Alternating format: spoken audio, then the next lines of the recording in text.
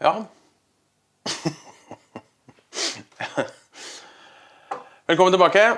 Nede I kjelleren hos meg, I baren min. Jeg tenkte, vet du hva? Jeg har greid å komme over de her signature mixerne til Coca-Cola. Akkurat oppdaget de. De helt nydelige. Det eneste jeg vet at de jo I restaurantbransjen, så de får ikke kjøpt de. Det tror jeg. Uten at du driver bar eller restaurant. Så for dere som gjør det, så det jo bare å følge med nå. De kommer, jeg vil bare ta litt sånn kjapt om de først da. De kommer I 4 forskjellige. En smoky, en herbal, en spicy og en woody. 4 forskjellige, 4 helt forskjellige smaker, men de har cola I bånd, alle sammen. Så det jeg tenkte vi skulle gjøre, og du vet det også, alle drinkene jeg lager kan du nå bytte ut og bruke vanlig cola hvis du vil det. Men får du tak I de her, kjør på. Så det jeg tenkte vi skulle lage I dag lager vi en riff på en Long Island Iced Tea, som jeg valgte å kalle Spicy Tea. Og I en Spicy Tea så bruker vi selvfølgelig da mixeren fra Signature, Coca-Cola sin Signature Mixer Spicy. Og vi skal ha vodka. Vi skal ha vodka. Og vi skal ha Captain Morgan. Da har jeg bare en svær rugg. Men vi kan ta litt ut av den, ikke sant? Ja. Triple sec. Som vi ser så vi jo inne på en Long Island Iced Tea og en gin. Men det litt andre forhold enn hva det I en vanlig Long Island. Og vi skal også ha 1 desiliter med lime juice. Greia vi kjører 1 centiliter alt, da vi innenfor norske regler. Jeg vet at Long Island Iced Tea ute på byen tror jeg du får med 6 centiliter og ikke 4. Men den her lager jeg med 1 centiliter av hver. Altså 1 centiliter av alt. Og så fyller jeg opp med cola. Yes? All right.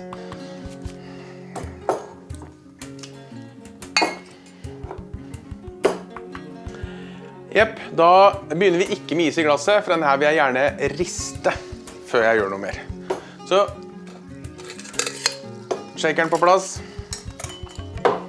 Og så begynner vi å måle opp. Her skal vi ha 1 centiliter av hver. Det egentlig helt utrolig lite. Jeg har ikke noe centilitermål. Eller millilitermål. Centiliter, 1 centiliter. En halv av den her, skal vi se. 1.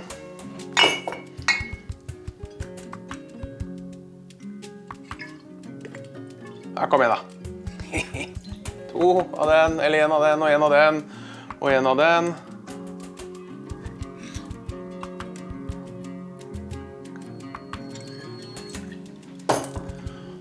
Og 1 med trippelsek, eller annen type appelsin, hjelp meg, likør.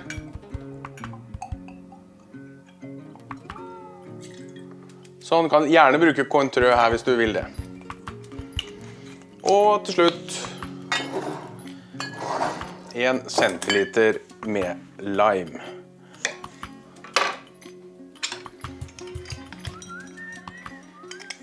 Nå har jeg målt opp alt sammen, så får jeg måle opp den her også da, mens vi I sving.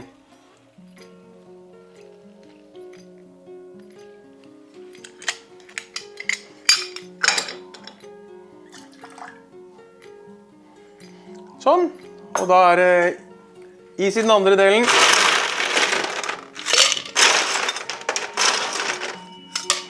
Og så kjører vi på.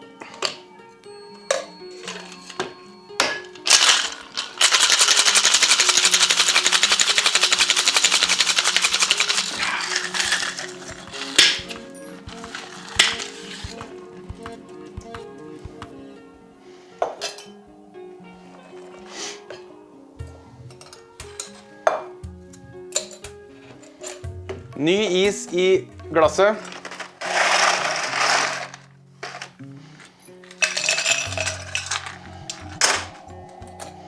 Det vi har blandet over.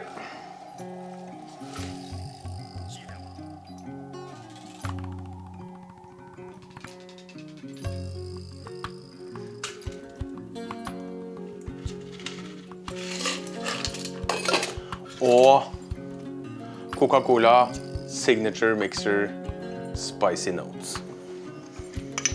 Ikke sitt noen.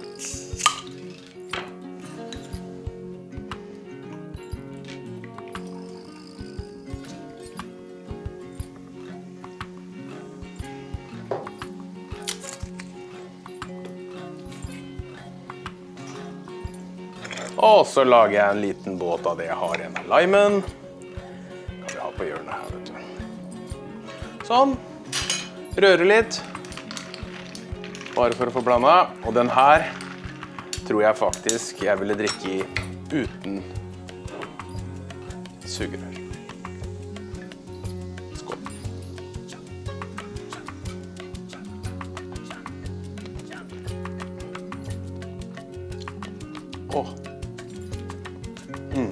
Åh. Det var teen sin, det, gitt. Vel, kan anbefales. Bare å prøve. Vær snille med hverandre. Og drikk med måte. God helg.